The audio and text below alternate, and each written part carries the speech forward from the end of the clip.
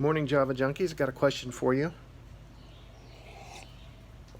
Do you remember things you read 30 years ago? Stories, stuff like that?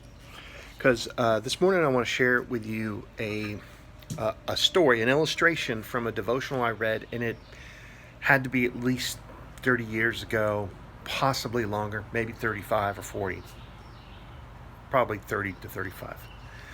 So, and as this illustration goes, there was a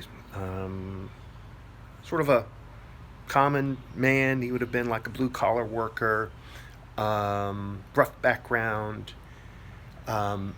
He was a believer, a Christian. He worked for a wealthy man on this wealthy man's estate, and the wealthy man was not a believer and often scoffed and was skeptical that any expressions of faith upon this by this worker.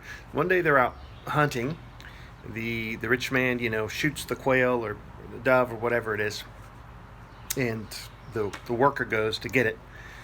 And on one of these shots, he just wings the dove. He wings the quail, and so the quail is flopping around.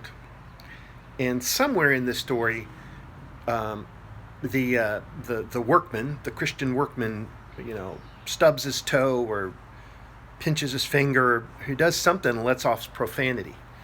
And then, he's just ashamed of the profanity, and he's upset with himself, and, he sort of like does this little repentance thing. And the rich man, his boss, gives him a hard time. It's like, why do you struggle with this so much? What's it worth to struggle like this?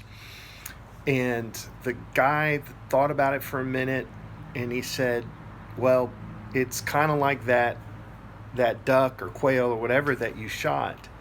Like, I'd rather be struggling than dead. So I butchered this story, clearly. But you can kind of see the point of it is, if you're not struggling, it may be that you're already dead.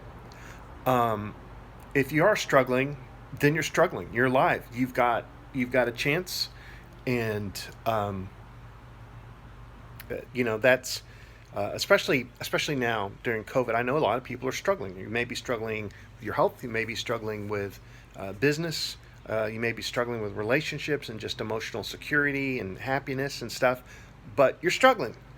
And it kind of reminds me of something that Dr. Kevin Elko says. He says, success doesn't feel successful, success feels stressful.